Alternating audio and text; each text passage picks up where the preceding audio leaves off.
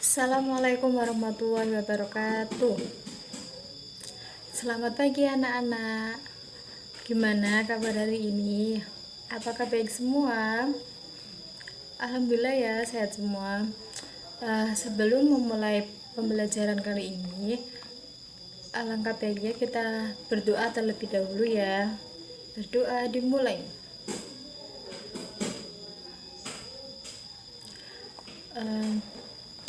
Ibu akan mengabsen terlebih dahulu.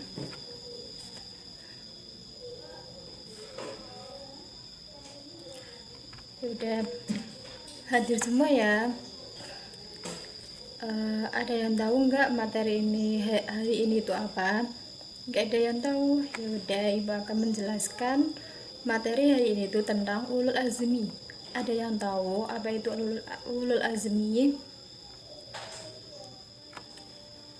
Sebelum mengenal ulul azmi, ibu akan menjelaskan perbedaan antara rasul dan nabi.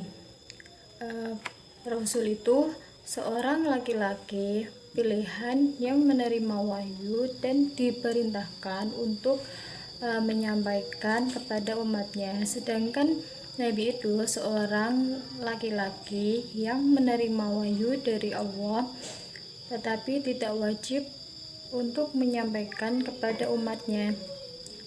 Jadi pengertian dari ulul azmi itu gelar yang diberikan kepada para rasul yang memiliki kedudukan tinggi atau mempunyai keistimewaan sendiri karena ketabahan dan kesabaran yang luar biasa dalam menyebarkan ajaran agama Islam. Ada yang tahu nabi siapa saja yang mempunyai gelar ulul azmi? Gak ada yang tahu. Coba ada yang tahu nggak? Yang pertama itu ada Nabi Nuh, Nabi Ibrahim, terus Nabi Musa, dan yang keempat ada Nabi Isa, dan yang terakhir itu ada Nabi Muhammad Sallallahu Alaihi Wasallam. Dan ibu sudah menyiapkan sebuah alat peraga. Yang pertama itu ada Nabi Nuh. Ada yang tahu ini gambar apa? Gambar kapal dan hewan ya. Keistimewaan dari Nabi Nuh ini membuat kapal dalam satu malam, yang dimana kapal tersebut menampung hewan dan beberapa orang yang taat kepada Allah, kecuali istri dan anak beliau yang tidak mau taat dan patuh dan tidak bersyukur kepada Allah. Yang kedua itu ada Nabi Musa. Dimana ini ada gambar tongkat dan ular ya.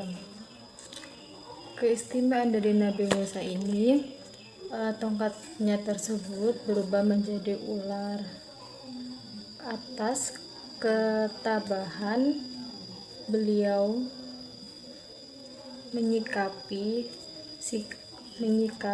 Raja Fir'aun. Jadi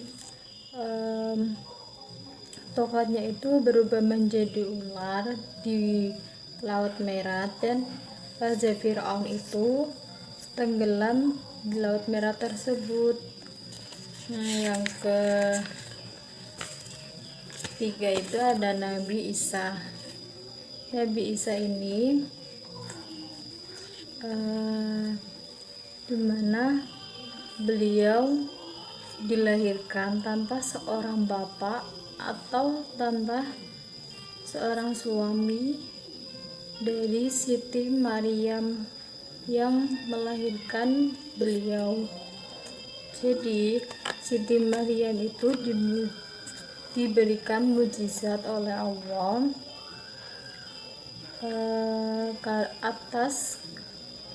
karena sosok wanita yang mempunyai sifat yang mulia dan suci dan bersyukur kepada Allah. Jadi mukjizat itu yaitu dan lahirlah Nabi Isa, yang dimana Nabi Isa ini mempunyai keistimewaan sendiri, yaitu dapat berbicara sejak lahir. Dan yang keempat itu ada Nabi Ibrahim. Nabi Ibrahim ini dibakar oleh Raja Namrud, tetapi beliau tidak merasa kepanasan karena beliau itu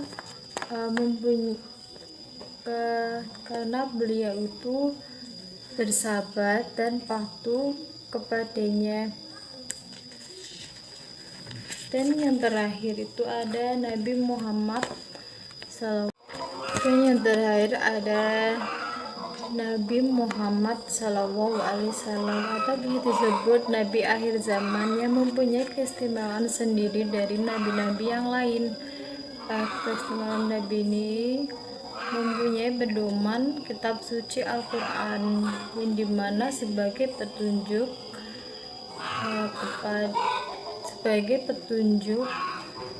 manusia untuk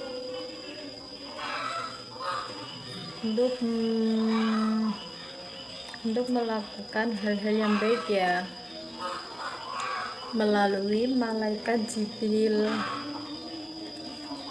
Ya, ada yang tahu hikmah dari ulul azmi itu apa? Yang pertama itu hikmah dari ulul azmi itu bersyukur kepada Allah Subhanahu wa Ta'ala atas segala nikmat yang diberikannya. Yang kedua itu ikhlas menerima segala ujian dan cobaan yang kita alami. Jadi kita itu harus ikhlas dalam menerima apa yang diuji dan diberikan cobaan dari Allah, ya.